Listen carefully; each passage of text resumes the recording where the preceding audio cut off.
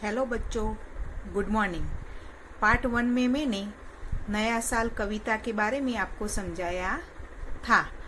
आज पार्ट 2 में हम अभ्यास के लिए जो आपकी हिंदी किताब में पेज नंबर 9 पे दिया है उसके टॉपिक के बारे में चर्चा करेंगे। तो सबसे पहले क्या दिया है? मौखिक। मौखिक यानी कि आपको ये जो शब्द दिए हैं उनको बोलते हुए लिखना है, या उसको क्या बोलते हैं? श्रुतलेख एवं उच्चारण अभ्यास। यानी आपको ये शब्द अच्छे अक्षर निकालकर आपकी नोटबुक में लिखने भी है और साथ में उसका उच्चारण भी करना। उच्चारण यानी बोलना भी है। तो कौन कौन से शब्द है देखिए। पहला शब्द है उमंग। क्या कौन सा है बेटा? उमंग। दूसरा विश्वास, फिर एहसास, बुराइयां, करुणा, हिम्मत, संदेश, मजबूरी, प्यार और सुखमय। ये शब्द आपको अपनी नोटबुक में अच्छे हैंडराइटिंग निकालकर लिखने हैं और साथ में आपको बोलने भी है। उसके बाद दूसरा क्वेश्चन, कम से कम शब्दों में उत्तर दीजिए। क्या करना है? कम से कम शब्दों में उत्तर दीजिए। ये प्रश्नों के उत्तर में आपको बाद में नोटबुक में करवाती हूँ। उसके बाद वाला टॉपिक देखिए, लिखित। लिखित यानी आपको ये बुक के अंदर लिखना है। जैसे मैंने लिखा है वैसे ही आपको अपने बुक में लिखना है। मैं ये वाला पेज का जो फोटोग्राफ है वो आपको पीडीएफ बनाकर भेज दूंगी। तो पहले मैं इसका समझाती हूँ। तो पहला शब्द कौन सा है? निम्नलिखित शब्दों के अर्थ लिखकर वाक्य में प्रयोग कीजिए। क्या करना है? जो शब्द दिए हैं उनका अर्थ देना है, यानी उनका पर्यायवाची शब्द में देना है कि उसके जैसा ही अर्थ हो वैसा आपको दूसरा शब्द लिखना है और फिर उसका वाक्य में प्रयोग करना है। तो सबसे पहला शब्द कौन सा है? राह। कौन सा है? राह। तो राह के जैसा ही मतलब हो वैसा शब्द आपको लिखना है। तो क्या होता है? मार्ग और रास्ता।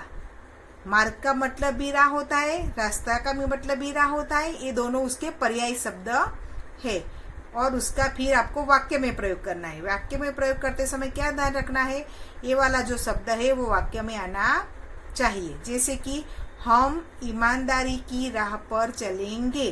तो इधर देखिए राह शब्द आया ना अंदर, तो आपको ऐसे वाक्य बनाने हैं। दूसरा देखिए क्या है? करुणा। करुणा का मतलब क्या होता है? दया, कृपा। क्या होता है? दया और कृपा दोनों होते हैं। आपको जो भी याद रहे वो रखना और वाक्य में प्रयोग करेंगे। फिर सेठ जी के स्वभाव में करुणा बहुत थी। क्या था? सेठ जी के स्वभाव में करुणा बहुत थी। चलो उसके बाद तीसरा शब्द कौन सा है? भाईचारा। भाईचारा का मतलब क्या होता है? बंधुत्व और भातृत्व, दो अर्थ होते हैं। तो हम उसका भी वाक्य में प्रयोग करेंगे। हमें आपस में भाईचारा रखना चाहिए। क्या करना चाहिए? आपस में हमें भाईचारा रखना चाहिए। चलो उसके बाद लास्ट वाला देखिए, कौन सा शब्द है? सुखमय। सुखमय का अर्थ होता है सुखी। जो बहुत पैसे वाले होते हैं उनको सुखी बोलते हैं और जो अपने जीवन में आनंद से जीते हैं उनको भी सुखी बोलते हैं। तो सुखी का मतलब इधर मैं वाक्य में प्रयोग करती हूँ सुखी शब्द का। ईमानदार लोग सुखमय जीवन व्यतीत करते हैं। यानी कि जो लोग ईमानदारी से जीते हैं उनके जीवन में कोई भी टेंशन होता, परेशानी होती नहीं है। उनको कुछ परेशान नहीं, चिंताएं नहीं होती कि मैंने ऐसे पैसे कमाए हैं गलत काम करके तो क्या करेंगे, ऐसी कोई चिंता होती नहीं है। वो सुखमय जीवन बिताते हैं। तो ये हमारा टॉपिक हो गया। आपको समझ में आया? पहले क्या करना है? शब्द का अर्थ लिखना है, उसके बाद नीचे उसका वाक्य में प्रयोग करना है। आप अपनी किताब में ये वाला मेरे पीडीएफ में से देखकर लिख देना। अब पेज नंबर 10। पेज नंबर 10 पे देखिए क्या लिखा है। 2 नंबर पे कविता के में प्रयुक्त निम्नलिखित पंक्तियों का भाव स्पष्ट कीजिए। यानी मैंने आपको जो कविता समझाई ना आगे नया साल, उसकी इधर कुछ पंक्तियां दी है, मैंने आपको वो भी समझाई, पंक्तियां समझाई ना, तो इधर आपको इसका भाव स्पष्ट करना है। आपको नोटबुक में लिखने की जरूरत नहीं है, मैंने आपको ये पंक्तियां समझा दी है। उसके बाद 3 नंबर पे देखिए, निम्नलिखित प्रश्नों के उत्तर लिखिए। इसमें सभी प्रश्न के उत्तर आपको लिखने की जरूरत नहीं है। क, ख और ये बड़ा वाला ग, एक इसके क्वेश्चन उत्तर मैंने नोटबुक में लिखे हैं, वो आपको मैं बाद में समझाती हूँ। उसके बाद 4 नंबर में देखो, निम्नलिखित प्रश्नों के उत्तर विस्तार पूर्वक लिखिए, यानी बड़े लिखने हैं आपको। वो मूल्यपरक प्रश्न है, वो आपको करने नहीं होते, तो वो भी आपको करने नहीं है। उसके बाद देखिए भाषा ज्ञान। भाषा ज्ञान में क्या है, 1 नंबर में देखिए, पढ़िए, समझिए और लिखिए। क्या है, पढ़िए, समझिए और लिखिए। उसमें क्या है, उमंग। उमंग शब्द देख पढ़ा आपने, तो उमंग शब्द में क्या लगा है, अनुस्वार। ये जो बिंदी है उसको क्या बोलते हैं, अनुस्वार, उसका प्रयोग हुआ है। और दूसरा शब्द है सांस। सांस में शब्द में कौन सा बिंदु प्रयोग हुआ है, चंद्र बिंदु। ये वाला होता है ना, जैसे चंद्र जैसा शब्द अंदर बिंदी होती है, तो इसको चंद्र बिंदु बोलते हैं। तो आपको क्या करना है, कविता में से अनुस्वार और चंद्र बिंदु वाले शब्द छांटकर यानी ढूंढकर लिखने हैं। आगे कविता में आपको ऐसे शब्द दिए हैं, जैसे मैंने निकाले है। देखो अनुस्वार वाले शब्द तो कौन से, जिंदगी, फिर सीखे, फिर संदेशा और लास्ट वाला उमंग। ये शब्द कौन से, अनुस्वार वाले शब्द है। और नीचे देखो, ये चंद्र बिंदु का जहां लिखा है उसके सामने चंद्र बिंदु वाले शब्द लिखने हैं, जैसे बांध कर, सांस, जाए, पाए। ये सब शब्द कौन से हैं, चंद्र बिंदु वाले हैं। तो मैंने कविता में से आगे ढूंढकर ये शब्द निकाले है, वे भी आपको अपनी किताब में लिखने हैं। उसके बाद इधर देखिए पेज नंबर 11 पर क्या है, निम्नलिखित शब्दों के पर्यायवाची लिखिए। पर्यायवाची भी बोलते हैं, समानार्थी भी बोलते हैं, सब एक ही अर्थ होता है। जैसे कि भरोसा। भरोसा यानी किसी व्यक्ति पर हम भरोसा करते हो तो उसका दूसरा क्या शब्द बन सकता है, विश्वास। क्या बनता है, विश्वास। उसके बाद समय। समय यानी वक्त। आपने टाइम कहिए ना, इंग्लिश में क्या बोलते हैं हम उसको, टाइम।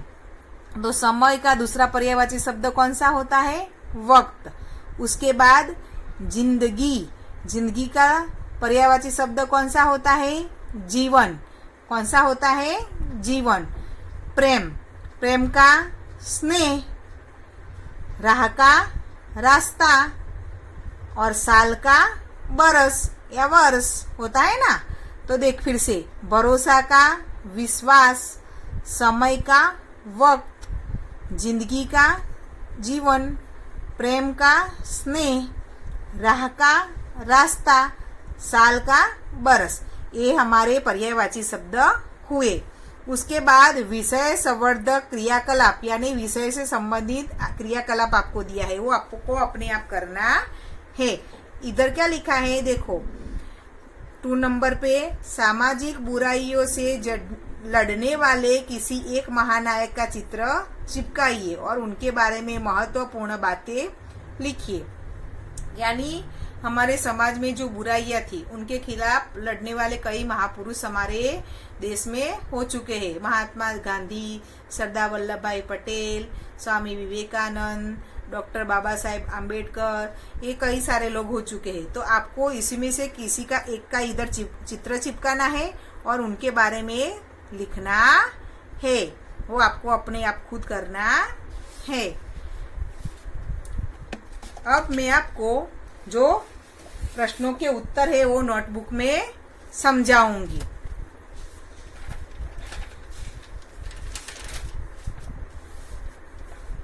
चलो, कौन सा कविता थी हमारी, नया साल। तो उसमें क्वेश्चन आंसर थे ना वो मैं आपको समझाऊंगी।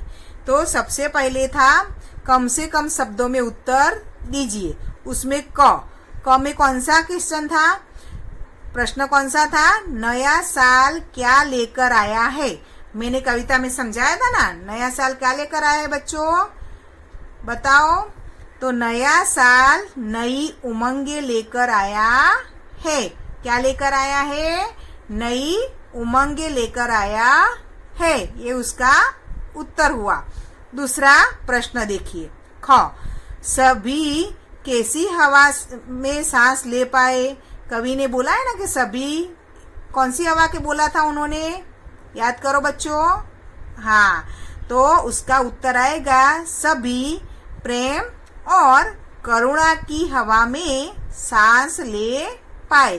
कैसी हवा में, करुणा, प्रेम और करुणा की हवा में सांस ले पाए। तीसरा क्वेश्चन देखिए ग वाला, उसमें क्या है, सबके पास किसका संदेश लेकर जाए। तो कवि ने सबके पास जाने को बोला है ना, लेकिन किसका संदेश, उत्तर दीजिए, किसी को पता है। तो उत्तर में क्या आएगा, सबके पास भाईचारा का संदेश लेकर जाए। किसका संदेश, भाईचारा का संदेश। उसके बाद वाला क्वेश्चन देखिए ग, बड़ा वाला ग, सबका जीवन कैसा हो। तो उसका उत्तर है सबका जीवन सुखमय हो। कैसा हो जीवन, सुखमय, यानी कि किसी के जीवन में दुख न हो। इसलिए कवि ने बोला है कि सबका जीवन कैसा बन जाए, सुखी हो जाए, सुखमय बन जाए। उसके बाद वाला क्वेश्चन देखिए, कौन नया विश्वास जगा गए। कौन नया विश्वास जगा गए हैं, बोलिए। नया साल और नई उमंगे नया विश्वास जगा गए। जब नया साल आता है तो हमारे जीवन में नया विश्वास लेकर आता है। तो नया साल और नई उमंगे नया विश्वास जगा गए। उसके बाद वाला क्वेश्चन देखिए, कवि क्या क्या छोड़ने के लिए कह रहे हैं। तो कवि ने हमें कविता में क्या छोड़ने के लिए कहा है, कवि बोलिए, पता है किसी को। तो इसका उत्तर क्या है, कवि बीते समय की बातों और बुराइयों से नाता तोड़ने के लिए कह रहे हैं। कवि क्या कह रहे हैं, कवि बीते समय की बातों और बुराइयों से नाता तोड़ने के लिए कह रहे हैं। उसके बाद वाला क्वेश्चन देखिए, सभी के दिल में क्या होना चाहिए। तो उसका उत्तर क्या होता है, सभी के दिल में प्यार होना चाहिए। आप सभी को इसके उत्तर समझ में आ गए बच्चों। तो आपको जैसे मैंने लिखे क्वेश्चन आंसर, आपको भी अपनी नोटबुक में ये प्रश्नों के उत्तर ऐसे ही आपको लिखने हैं। जो प्रश्न जरूरी है वो सब मैंने इधर ले लिए हैं। आपको इतने ही प्रश्नों के उत्तर लिखने हैं, बाकी के जो किताब में दिए हैं वो आपको लिखने नहीं है। तो अब अगले वीडियो में फिर से मिलेंगे। Good bye.